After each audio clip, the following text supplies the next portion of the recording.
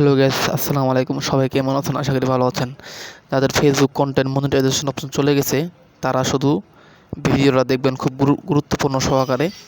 Content monetization চলে গেলে তারা অবশ্যই ফেসবুক অ্যাপসে আপডেট দিবেন। আপডেট দেওয়ার পরে ঠিক হয়ে যাবে, সমস্যা নাই। সবাই ভিডিওটি লক্ষ্য করুন। ধন্যবাদ। খুব দ্রুত দেখবেন, স্কিপ করবেন না।